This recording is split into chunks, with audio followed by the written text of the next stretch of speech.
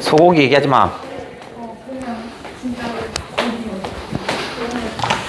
자, 우린 어디도 또 채워 넣을 거냐면, 수특의 253쪽을 조금 채워 넣을게요. 평가원은 적어도 7강까지 마무리를 정해야 돼. 자, 수특의 어디냐면 253쪽을 좀 채워 볼게요. 253쪽. 252에 있는 금 따는 콩밭을 한번 했죠. 금 따는 콩밭. 그때 한번 했는데, 자, EBS에서 초점을 두어서 둔 것점이 뭐냐, 253은. 1930년대를 얘기합니다. 자, 1930년대는 일제의 수탈이 장난이 아닙니다. 너무 세져요. 그러다 보니까 어떻게 써요? 농촌이 파괴됩니다. 농촌이 황폐합니다. 농촌이 황폐해져요. 다 뺏어가 버리고요. 살 수가 없어요. 이런 거야. 그러면 어디 살아? 얘네들이 떠돌다가 결국 어떻게 써요? 바로 뭐야? 빈민으로 전락하죠. 빈민으로 전락하는 그런 삶이 반복됩니다. 그러니까 30년대의 모습을 이야기한 것이 바로 뭐냐면 이 두 작품입니다. 두 작품. 이렇게 빈민으로 전락하다 보니까 사람들이 어떻게 써? 이 한 번에 한탕에 해결하고 싶은 뭐 이런 것도 있겠죠? 그죠? 그래서 뭐가 나타나? 바로 한탕주의가 나타나기 시작합니다. 한탕주의 또는 뭐 물질 만능주의. 내가 돈 한번 벌면 이런 거 있죠? 물질 만능주의가 나타나기 시작하는 거야. 그러면 이것도 역시 이런 거죠. 악순환이 계속 반복되고 있네요. 그런 것을 모아놓은 거야. 그게 첫 번째가 뭐냐면 김유정의 금 따는 콩밭, 그죠? 한탕주의, 물질 만능주의가 나온 거고요. 두 번째 작품인 이 토막이 바로 뭐냐면 이 토막이 이거 농촌이 황폐화되고 있는 모습을 담은 게 이놈이었습니다. 자, 그러면 이제 한번 해보자.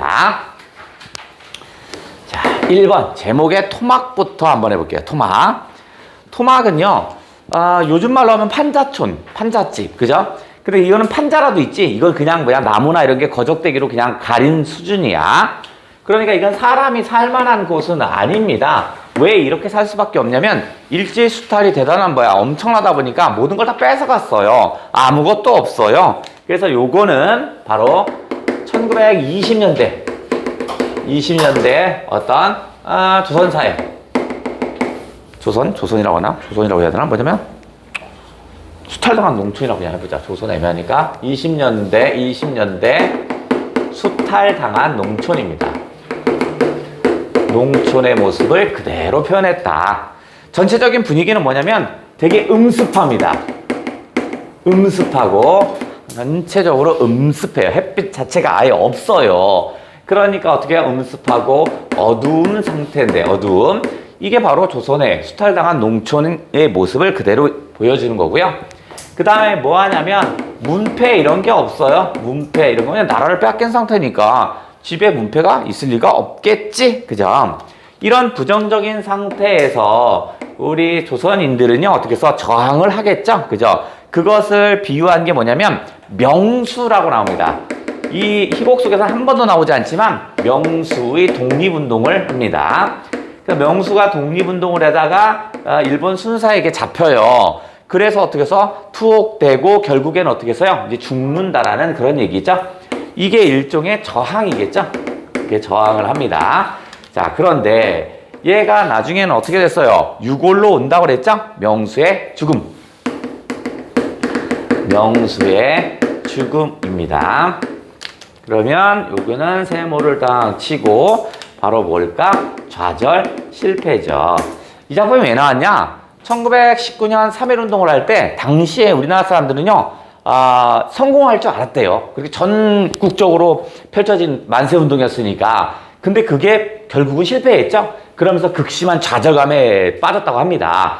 그래서 그거를 이거 희곡으로 쓴 게 요 놈이구나 라고 생각하시면 될 것 같아요. 자, 두 번째 전체 내용을 한번 해보자. 전체 내용을. 얘는 희곡이니까 1막, 2막 두 개로 되어 있습니다.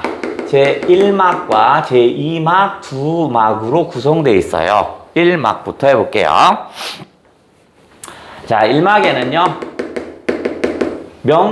명수의 아버지입니다. 명서. 그 다음에 명서의 처가 있고 엄마겠죠. 그 다음에 여동생 금녀가 있어요. 금녀. 근데 명수는 여기 조선에서 먹고 살 수 있는 길이 없죠. 그러니까 어떻게 하냐면 일본으로 갑니다. 돈 벌러 간 거야. 그래서 명서의 처 금녀는 아들인 명수가 돈을 벌어올 것이라는 기대감을 가지고 있어요. 근데 도통 소식이 안 오는 거야. 그래서 뭐냐면 명수의 친구 삼조가 있어요. 얘한테 부탁을 합니다. 야, 저 일본 가면 연락 좀 하라고 해. 그리고 우리 집 봐라 인마. 이렇게 토막집 난리 났잖냐. 그러니까 돈 좀 빨리 붙이라고 해. 이런 소식을 전합니다. 그래서 명수 소식을 부탁합니다. 소식을 부탁해요. 요게 현재 우리 EBS 지점입니다. 현재 우리 EBS 지점이야. 그러니까 가족들이 명수 친구인 삼조에게 야 명수 소식 좀 가져와 라고 합니다. 그런데 자 정확하게 삼조는 아니지만 일본 어딘가에서 이제 소식이 옵니다. 이렇게 소식이 얘네한테 옵니다. 근데 소식이 오긴 하는데 그 소식이 그렇게 좋은 소식은 아니야. 뭐 하냐면 바로 명수의 투옥 소식. 경찰에 잡혔다. 투옥 소식이 옵니다. 그런데 다들 믿지 않으려고 합니다. 근데 이 희곡에서는요, 음향소리가 곳곳에서 나는데 처음 시작할 때 토막 설명할 때도 바람소리가 쉬 납니다. 그 다음에 뭐 안 좋은 얘기할 때 보면 여기에 다시 뭐가 오냐면 쓱 바람소리가 깔려요. 어떤 불안감이라든가 뭐 이런 것들을 상징하는 게 바로 바람소리입니다. 뭐가 안 좋은 일이 있을 때 항상 바람소리가 쫙 들려옵니다. 그러면 투옥했다고 하니까 다들 믿지 않겠죠? 특히 엄마, 명서의 처는요, 아들이 투옥됐다는 건 말도 안 돼. 우리 아들 돈 벌러 갔는데 무슨 소리야? 그 다음에 뭐 독립운동 그게 뭔데? 막 이런 생각을 합니다. 그래서 점점 이상해져요. 명서의 처가 정신 이상 증세를 보입니다. 정신 이상 증세가 보이기 시작합니다. 아직까지는요, 완전히 미친 상태는 아니고요. 좀 오락가락하는 상태입니다. 그래서 뭐 하냐면, 얘야, 오빠 지금 온대. 빨리, 우리 옷단, 이거 뭐야? 몸단장을 하자. 뭐 이런 얘기를 합니다. 그러면서 무슨 얘기 하냐면, 야, 빨리 와. 내가 머리 빗어줄 테니까, 금녀야, 빨리 머리 풀어. 뭐 이런 얘기 합니다. 근데 이 머리를 푼다라는 건 언제 쓰는 말이냐면, 상을 당했을 때, 옛날 조선시대에 상을 당했을 때, 우리 집 상을 당했어요 하는 방법이 두 가지가 있는데, 요즘이야 뭐 SNS 막 이런 거 보내면 되잖아. 첫 번째는 뭐냐면 집 밖에다가 등을 걸죠. 근조, 등 붙이잖아. 두 번째는요, 여자들이 머리를 풀어요. 그죠? 머리를 푼다는 건 지금 집안에 상을 당했어요. 이런 표현입니다. 근데 이 정신 이상이 있는 명서의 처가 그런 의미로 얘기한 것이 아니지만, 얘야, 금녀야, 빨리 오빠 오니까 머리 풀어. 내가 머리 빗어줄게. 이런 의미인데, 일종의 복선이겠죠? 머리를 푼다라는 복선이겠지? 자, 그리고 나서 이제 2막으로 갑니다. 자, 2막. 이제 무서운 소식이 옵니다. 당연히 어떻게 써요? 무서운 사연이 또는 소식이 오는데, 당연히 그 앞에 뭐가 깔릴까? 바람 소리가 싱싱 깔릴 겁니다. 뭔가 불안하고 공포감이 있다라면 이것이 싱싱 깔려요. 자, 무서운 사연이 와요. 이건 뭐냐면, 명수의 종신형. 경찰에 잡혀서 투옥했다는 말은 들었는데 이젠 뭐야? 재판도 받았나 봐. 그래서 이제 종신형을 받을 거라는 이런 사연이 와요. 그런데 이 반응이 두 가지입니다. 자, 첫 번째는 금녀가 받아들인 반응과 그 다음에 명서의 처가 받아들인 반응이 좀 달라요. 금녀는요, 오빠가 독립운동을 한 거니까 이거 뭐야? 난 자랑스러워. 지금 만약에 종신형을 받는다 해도 나는 자랑스러워. 이렇게 얘기합니다. 오빠를 자랑스러워합니다. 오빠를 자랑스러워합니다. 그런데 명서의 처는 징역을 산다고? 무슨 소리야? 우리 아들은 잡혀가지 않았어. 징역 자체를 거부합니다. 징역 사실을 인정하지 않습니다. 왜냐면 엄마로서 그죠? 자식이 나쁘게 된 것을 믿으려고 하지 않겠죠. 그죠? 그러면서 오히려 또 정신 이상 자체가 됩니다. 이거 자체가 뭐야? 거짓말이라고 얘기를 하고 믿고 싶어 합니다.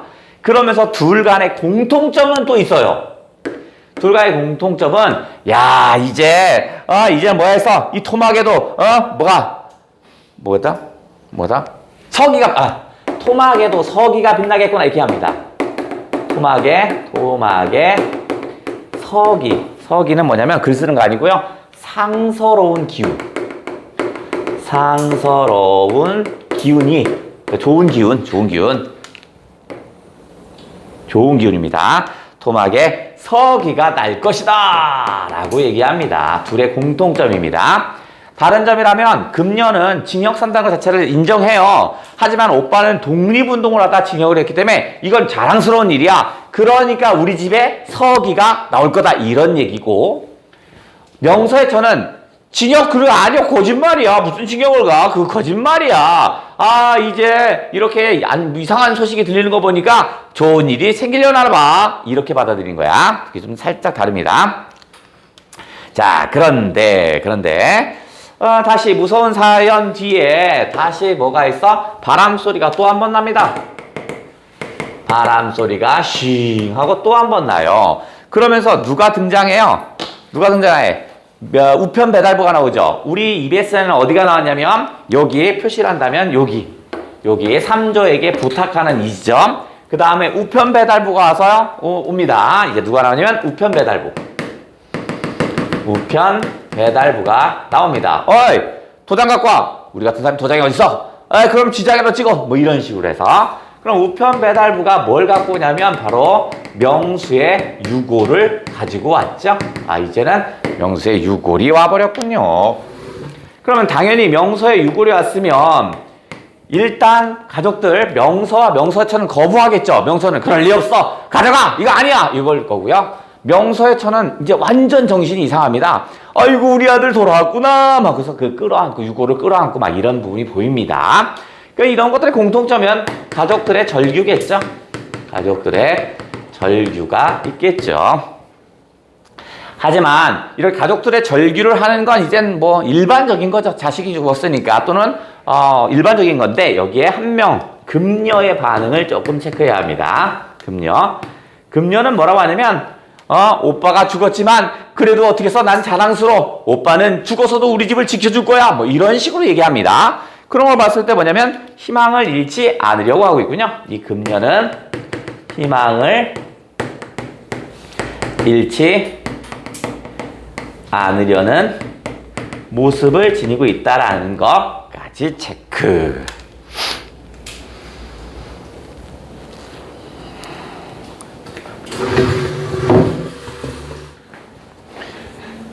왜래?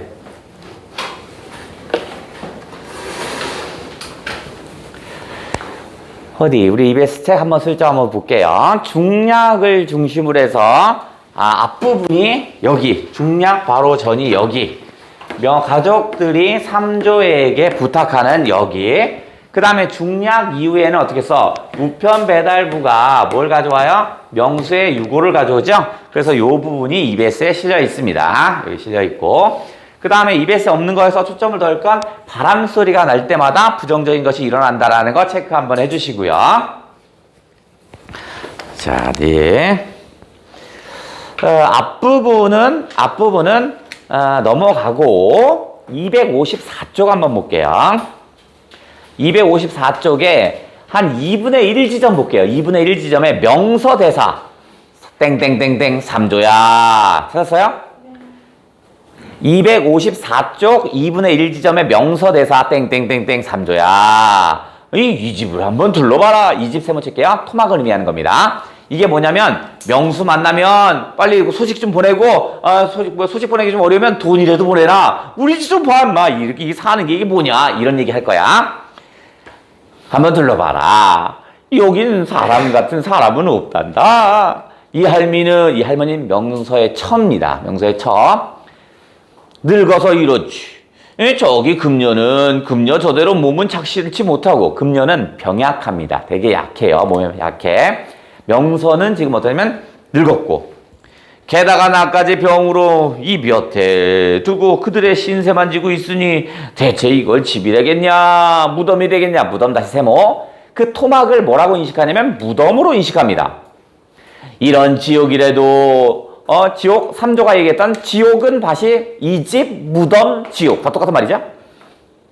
이대로 죽으란 밥은 없을 거예요. 명수 아버지, 너무 상심하세요. 에이그, 너희들 젊은 놈은 메뚜기 새끼같이 체좋을 때로만 뛰어다니고 가버리고 나면 여기 누가 남는단 말이냐. 나 같은 늙은 것하고 병신뿐이니 할 일 없이 쓸 데 없이 쓰레기통 세모. 그럼 다 연결되는 말이면 똑같은 말이야. 이 집, 무덤, 지옥, 쓰레기통. 다 똑같은 말입니다. 요거 체크하려고 거기 한번 봤고요. 다음 중략된 이유 볼게요. 여기는 토막에서는 아주 단골 손님입니다. 우편 배달부는 요 지점만 볼게요. 아, 왜 이게 밖에 이게 문패도 없어? 모녀는 명서의 처와 금녀죠. 문패가 없다는 거 아까 얘기했었죠? 중의적인 의미라고 했어요. 문패가 없다는 건 인간이 살만한 곳이 아니다. 나라를 빼앗겼다. 이 얘기를 하는 거야. 주권을 뺐겠지? 빨리 도장 줘요. 도장? 너의 오빠 아니지? 아유, 배달부예요. 얼른 소포 받아요. 원 무식해도 문수가 있지. 빨리 도장 갖고 오라니까. 내겐 마 도장 같은 거 없어, 인마. 왠지 불안한 거죠? 그러니까 더 반항을 하는 뭐 이런 모습이겠지, 그지? 아, 그럼 지장이라도. 자, 그 애가 물건이 옮겨구는구나. 뭘까? 세상에 귀신은 못 속이는 게지. 오늘 아침부터 이상한 생각이 들더니 이것이 오려고 그랬던가 봐. 명서도 지금 미친 겁니다, 지금. 당신이 우환이니 뭐니 해도 하하, 이거 네 오라비가 아니라 삼조가 보냈네. 아니, 삼조가 무엇을 보냈을까? 아, 여태까지 한마디 소식도 없던 애가. 어머나! 대체 이게 뭐냐? 써있는 글자가 최명수의 백골 했네. 그럼 요런 데는요, 시나리오, 즉 영화랑 비교할 때 잘 나옵니다. 그럼 시나리오 용어 뭐 쓰일까? 이거는 희곡이니까 최명수의 백골라고 읽었지만, 영화라면 어떻게 써? 클로즈업 하겠죠. 그죠? CU, 클로즈업 하겠죠. 오빠의, 아유, 그럼 신문에 난 게 역시, 이게 웬일이냐, 명수야. 네가 왜 이 모양으로 돌아왔느냐, 오빠. 나는 여태 개돼지까지 살아오면서 한마디 불평도 입 밖에 내지 않았고 꾸벅꾸벅 일만 해준 사람이요. 무엇 때문에 내 자식을 이 지경으로 만들어 보냈느냐, 이런 육실할 놈들아. 아버지, 너 알아? 명수 어디로 갔니? 다 기울어진 이 집을 누구에게 맡겨두고 이놈이 어딜 갔어? 아버지. 아, 이놈들아, 왜 뼈다구만 내게 갖다 맡기느냐? 내 자식을 죽인 놈 이걸 마저 처치하거라. 아, 이 토막에서 자란 너는 백골이나마 우리를 찾아왔구나. 이제는 나는 너를 기다려 해태울 것도 없고 동지 섰다 기나기만 울어 세우지 않아도 좋구나. 일종의 발화적인 거겠죠. 명수야, 이제 너는 내 품 안에 돌아왔구나. 아, 보기 싫어. 도로 가져가란 말이야. 죽음 자체 인정하지 않나 보죠. 여기만 잘 체크해볼게요. 아버지, 이러지 마세요. 서러지 마시고 이대로 꾹 참고 살아가세요. 네, 아버지. 결코 오빠는 우리를 저버리지 않을 거예요. 죽은 혼이라도 살아있고 우리를 꼭 돌봐줄 거예요. 그때까지 우리 꾹 참고 살아가세요. 아버지. 야, 보기 싫다. 도로 가져가거라. 금녀의 어머님 백골을 안치하여 놓고 열심히 뭐라고 징얼거립니다. 다시 여기 세번 칠게요. 바람소리 정막을 찢는답니다. 곳곳에서 이런 바람소리가 쭉 날 겁니다. 자, 그러면 같은 걸 한번 체크할 거죠. 유사를 하나 체크해 볼게요. 으쌰. 자, 이제 유사한 걸 한번 체크를 해보자. 뭐 하냐면 삶의 기반을 상실한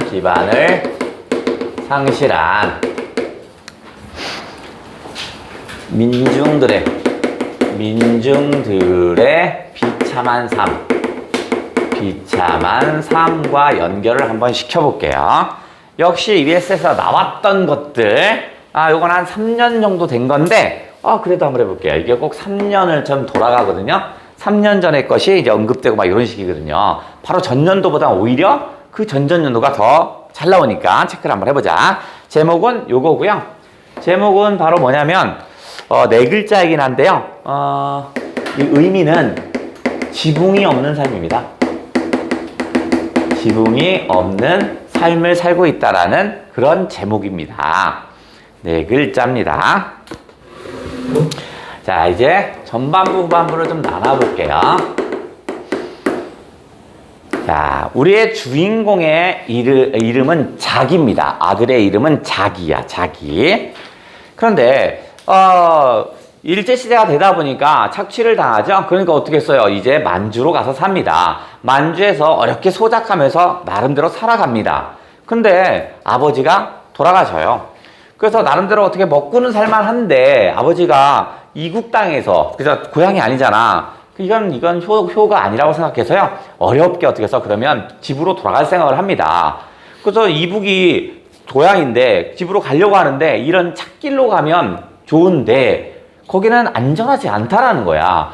그래서 어떻게 하냐면 배로 가는 게 안전하다는 얘기 하네. 그래서 뭐 하냐면 배편을 어렵게 구합니다. 그래서 어디로 가냐면 인천으로 갑니다. 백길은 인천밖에 없어요. 왜냐면 인천까지 와서 백길로 왔다가 거기서 다시 위로 올라가면 되니까 이렇게 왔는데 올라가긴 개뿔 못 가겠죠? 그죠? 자, 이제 해볼게요. 만주에서 살았다고 그랬죠? 만주에서 아버지의 유고를 수습합니다. 아버지의 유고를 수습해요. 그래서 얘는 계속 아버지의 유고를 들고 다닙니다. 들고 다녀요. 자, 그리고 나서 어디서 아까 했죠? 유고를 수습.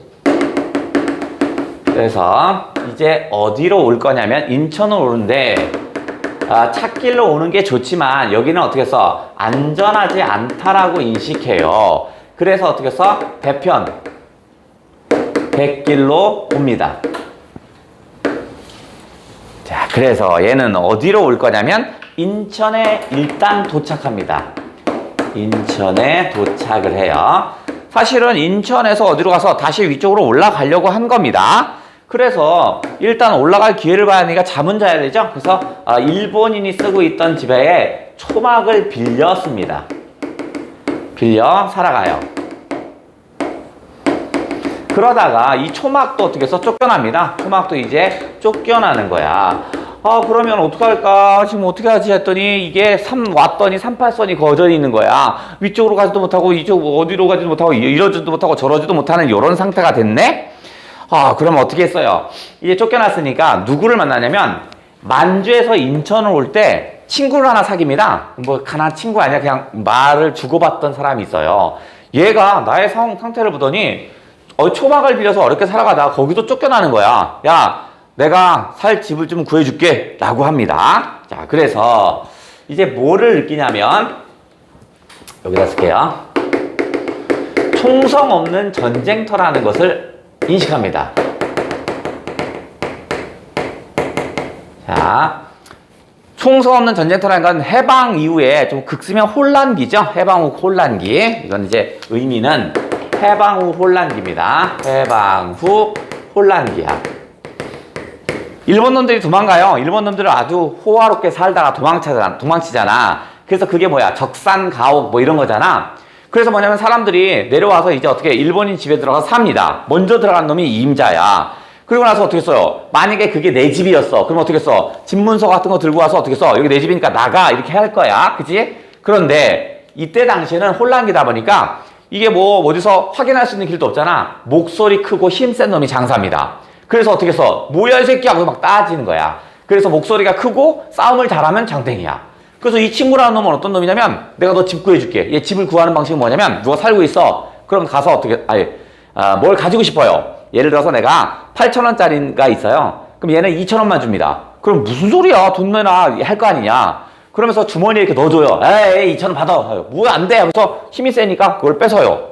그리고 나서 이제 얘가 따라올 거 아니야. 안 된다니까. 돈 더 내. 6,000원 더 내 하면 뭐야. 이거 뭐야? 멱살 잡습니다. 이 새끼가 이러면 어렵지. 네가 지금 나한테 좀 팔고 다시 되가져가는 거잖아. 이런 식의 빼앗아감이 있어요. 그랬더니 이 자기의 입장, 남자의 이름이 자기야. 이 친구의 입장이 이렇게 해서는 내가 집을 구해서는 안 된다고 생각합니다. 양심에 걸리는 거지. 그죠? 자, 그래서 잘 볼게요. 이제 자기가 있고요. 자기는 사람 이름입니다. 그 다음에 친구가 있는데 얘가 좀 부정적이죠. 집을 구해주고자 하죠. 얘가 집을 구해주고자 합니다. 그런데 이 집을 구해주는 건 어떤 거냐면 힘으로 뺏는 겁니다. 원래 살고 있는 사람을 힘으로 빼앗아 버리는 거야. 그럼 자기의 입장에서는 어떤 거냐면 사람 이름입니다. 이상하다 이거. 자기의 입장에서 어떤 거냐면 원래 사는 사람에게 아픔을 가하는 거죠. 이건 양심이 할 일이 아니다. 라고 해서 거절을 합니다. 그랬더니 친구가 야 지금 이 세상 다 이렇게 살아 임마. 너 혼자 양심 차린다고? 세상이 너 알아줄 것 같아? 바보 같은 짓이야. 너 그러다 막 굶어 죽는다 새끼야. 라고 합니다. 얘는 양심을 중시하고요. 이 혼란기에 세상 사람들 다 그렇게 살거든요. 라고 합니다. 시류에 편승해라. 너만 고고한 척하지 마라. 다 이렇게 살아. 너 양심 찾다가 너 굶어 죽을 거야 임마. 이렇게 얘기한 애가 얘입니다. 자, 여기까지가 전반부고 후반부로 갑니다. 그래서 이 자기가 엄마를 설득합니다. 엄마, 여기서 이렇게 사느니 이렇게 양심 없이 이렇게 사는 건 사람 사는 게 아니에요. 차라리 우리가 아무리 못 살더라도 힘겹더라도 우리 고향에 가서 삽시다 라고 합니다. 그래서 어떻게 하냐면 고향 가는 기차표를 끊습니다. 지금 상황이 어떤 상황이냐면 해방 뒤에 한국전쟁이 일어나기 전에는 38선이 그어졌지만 그래도 왕래는 됐죠. 그죠? 힘들긴 하지만 왕래는 돼요. 그래서 자기가 덮고자 하는 이불을 다 팔아요. 그래서 표를 간신히 얻습니다. 자, 이제 해볼게요. 자, 자기가 어머니를 설득합니다. 어머니, 이렇게 사는 것보단 어떻게 해서 북으로 가자 라고 합니다. 고향으로 가자 라고 하면서 설득을 합니다. 그래도 부모도 어떻게 해서 그래 알겠다 라고 합니다. 그래서 모든 것을 다 팔아요. 그래서 이제 서울역에 와서 기차표를 끊어요. 그러니까 왕래는 할 수 있어. 어려워요. 가기는 어렵지만 왕래는 가능해요. 서울역에서 이제 차편을 기다리고 있는데 누구를 만나냐면 고향 친구를 만납니다. 자, 자기야 여기 있고 어머니가 있겠죠. 그 다음에 고향 사람이 맞는 거야. 기차역이다 보니까 뭐냐면 오는 사람 있고 가는 사람 있을 거잖아. 기차 기다리고 있는데 오는 사람이 고향 사람이야. 어쩐 일이에요? 당신은 어쩐 일이에요? 하는 거야. 자기야 어머니가 얘기합니다. 여기가 남한이 살기가 너무 어려워. 그래서 나는 고향에 가서 살려고. 그때 고향 사람이 충격적인 말을 합니다. 저는 북도 똑같아요. 북이 너무 살기가 힘들어서 저 남쪽으로 오는 거거든요. 이렇게 얘기를 하는 겁니다. 그러니까 얘는 지금 남쪽으로 가고 있어요. 왜냐면 북이 살기가 너무 힘드니까 남쪽으로 오거든요. 얘는 오히려 또 어떻게 해서 북쪽으로 가고자 하죠. 북쪽으로 가고자 합니다. 남쪽이 살기가 어렵잖아. 결국 무엇을 깨달으냐면 남과 북이 차이가 없다는 걸 깨닫습니다. 남과 북, 남북 모두 살기가 어려움에 한탄을 한다라는 얘기입니다. 그래서 결국은 어떻게 해서 기차 타는 것도 못하고 있어요. 이런 얘기였군요. 이 글의 제목은 뭘까요? 그래서 당시 민중들이 어떻게 살았냐면 지붕이 없는 집에서 산대요. 그래서 누워서 이렇게 자면 하늘 보면 맨날 별만 보여요. 이 말입니다. 제목은 자려고 누워서 이렇게 봤더니 맨날 하늘에 별만 보여요.